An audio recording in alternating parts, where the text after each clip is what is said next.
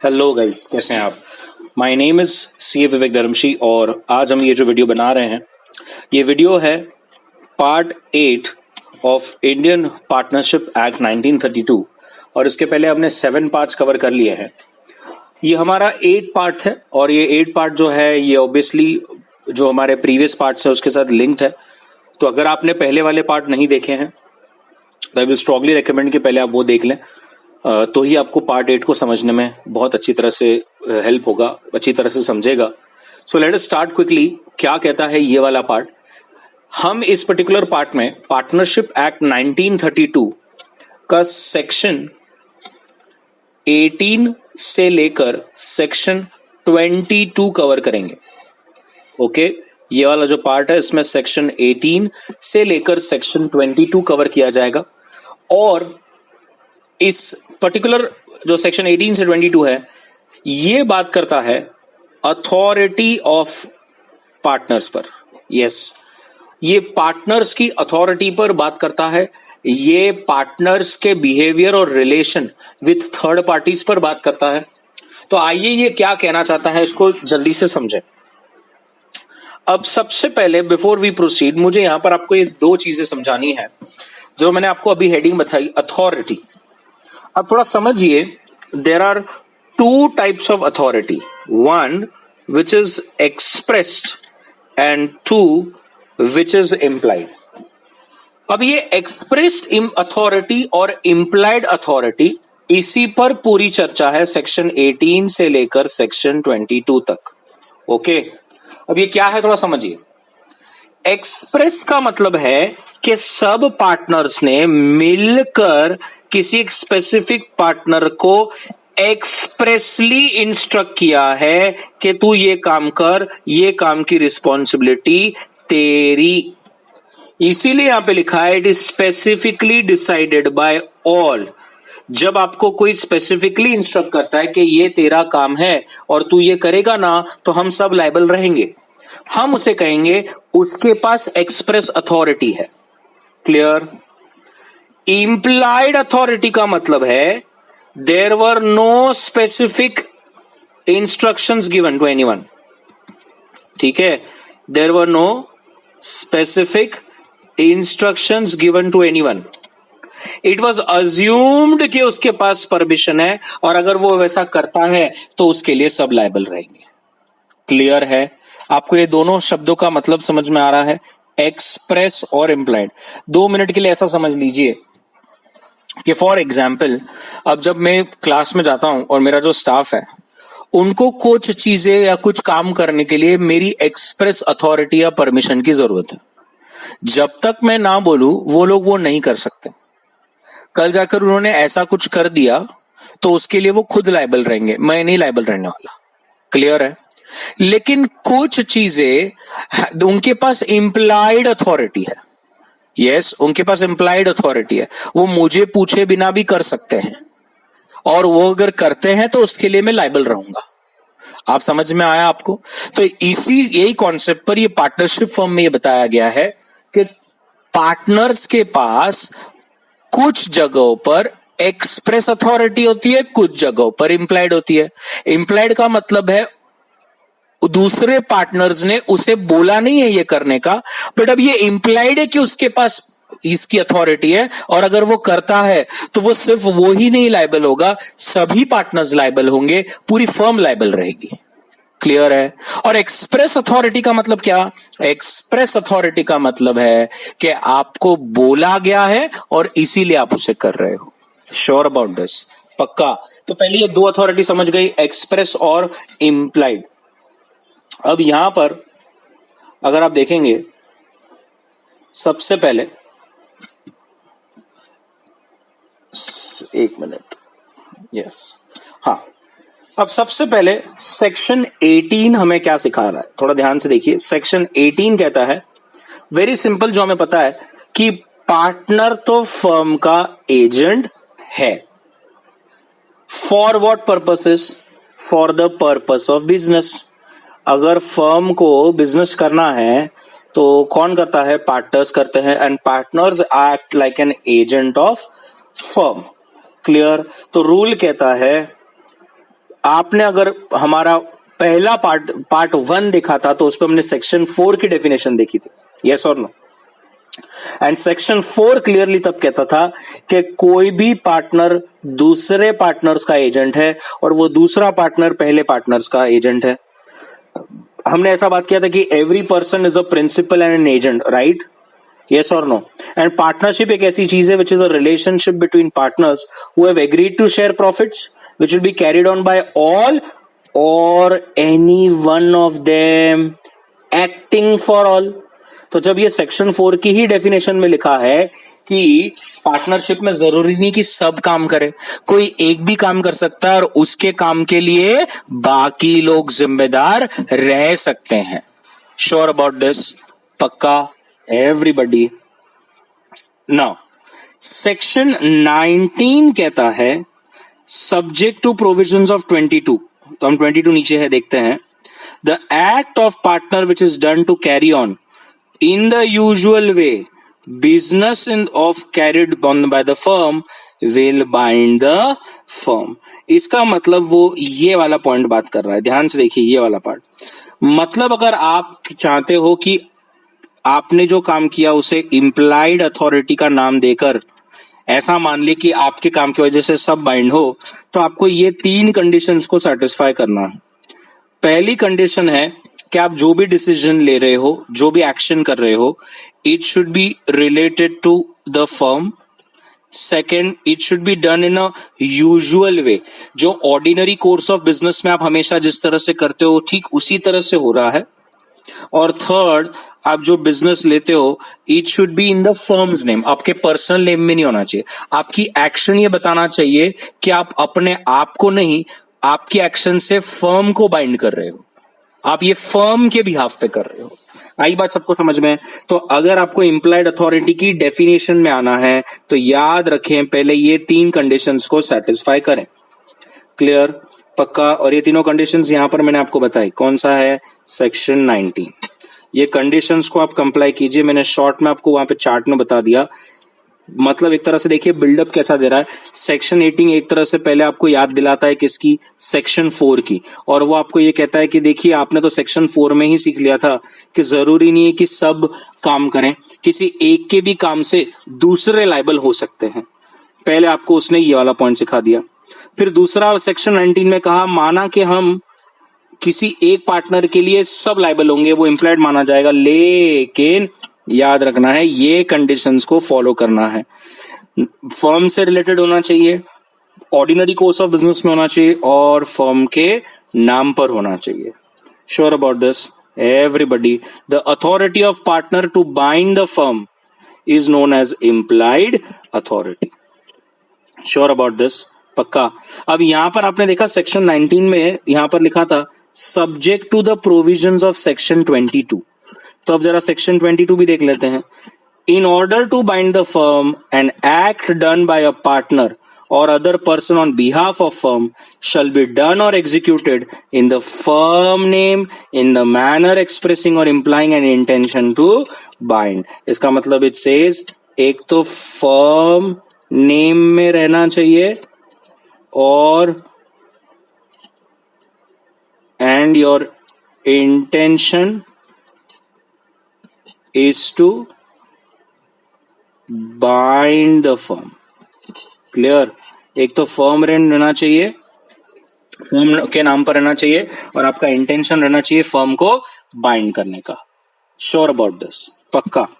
अब सेक्शन 20 ये कहता है कि आपकी इंप्लाइड अथॉरिटी, कुछ ऐसे काम जो इंप्लाइडली हम मानते हैं, उस काम को एक्सटेंड भी किया जा सकता है और रेस्ट्रिक्ट भी किया जा सकता है। ओके, तो नाउ इंप्लाइड अथॉरिटी में क्या क्या आता है अगर आप यहां पर देखेंगे, ये देखिए ये कुछ एग्जाम्पल्स दे रखे हैं मैंने यहां पर। क्या सबको ये एग्जाम्पल दिख रहे हैं क्या? ये एक इंप्लाइड है। ओके, ये जो काम है ना ये सब इंप्लाइड अथॉरिटी में आता है, ये सब इंप्लाइड अथॉरिटी में आता है। एग्जाम्पल क्या है देखो, लॉयर को अपॉइंट करना, गुड्स को परचेज करना, एम्प्लॉयज को काम पे रखना, डेटर्स से पैसे लेना, गुड्स बेचना, अकाउंट सेटल करना, ये सब इम्प्लाइड अथॉरिटी है। मतलब ये काम करने के लिए एक पार्टनर जब करता है तो बाकी सब उसके लिए बाइंडिंग रहेंगे। जब एक पार्टनर काम करता है तो उसको दूसरे पार्टनर्स की परमिशन लेने की जरूरत नहीं है। Clear? Sure about this everybody?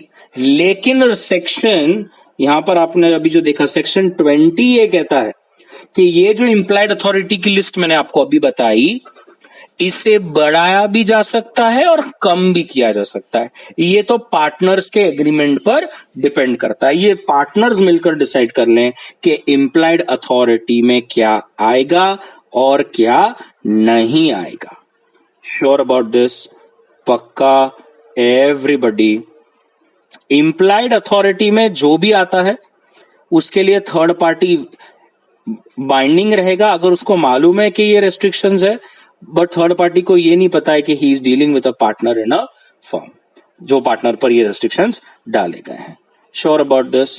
पक्का एवरीबडी? तो सेक्शन 20 में यहां पर हमने कुछ एग्जांपल्स देखे जो इंप्लाइड अथॉरिटी के हैं, और आप ये बिना किसी पार्टनर को पूछे कर सकते हैं, और आपके करने पर दूसरे पार्टनर्स या फर्म लायबल रहेंगे।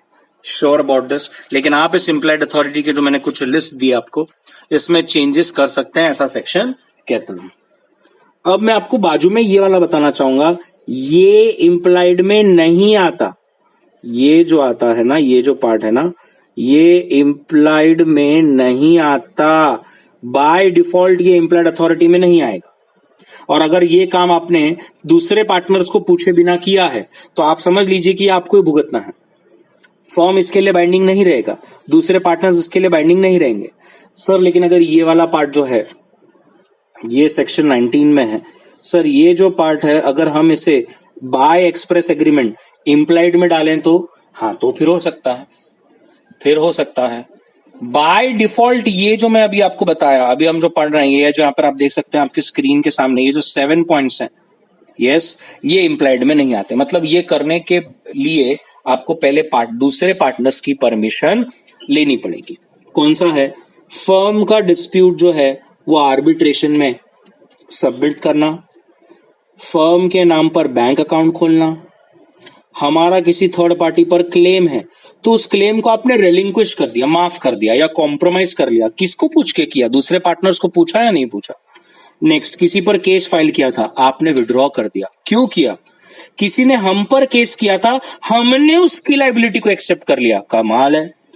आपने एक तो खरीदा या फर्म की कोई प्रॉपर्टी को बेचा, अरे ये भी नहीं कर सकते। या तो फिर आपने किसी और के साथ कोई बिजनेस की पार्टनरशिप करी है फर्म का नाम लेकर, लेकिन दूसरे पार्टनर्स को पूछे बिना। तो ये जो चीजें हैं सामने, ये आप इंप्लाइड अथॉरिटी में नहीं आएगा, इतना याद रखना है। हाँ, आप इसको खुद से एग्रीमेंट से इंप्लाइड अथॉरिटी की लिस्ट में एडलेस कर सकते हैं, बट कुछ ना बुलाओ, unless anything contrary stated, this will not come under implied authority. Sure about this? पक्का एवरीबडी? क्या यहां तक आपको पूरा का पूरा क्लियर है अच्छी तरह से? क्या आपको ये लिस्ट समझ में आ गई कि बाय डिफॉल्ट इंप्लाइड में क्या आता है और बाय डिफॉल्ट इंप्लाइड में क्या नहीं आता है? Sure everybody? और अब सेक्शन 21 क्या कहता है? सेक्शन 21 कहता है अगर कोई इमरजेंसी आ गई, थोड़ा समझिए, अब अगर कोई इमरजेंसी आ गई, ठीक है, और उस इमरजेंसी में एक आधे पार्टनर को लगता है कि अगर अब मैं जल्दी से कुछ एक्शन नहीं लूंगा तो मेरी फर्म को नुकसान पहुंच सकता है, मेरी फर्म को क्या हो सकता है? नुकसान पहुंच सकता है। तो वो उस नुकसान, अपनी फर्म को उस नुकसान से बचाने के लिए जल्दी से कोई एक्शन लेता है। अब उसके पास वो एक्शन की परमिशन लेने का भी टाइम नहीं है कि मैं दूसरे पार्टनर्स को पूछूं मैं ऐसा करूं क्या, वो भी टाइम नहीं है, और उसने तुरंत एक्शन ले लिया। अब क्या?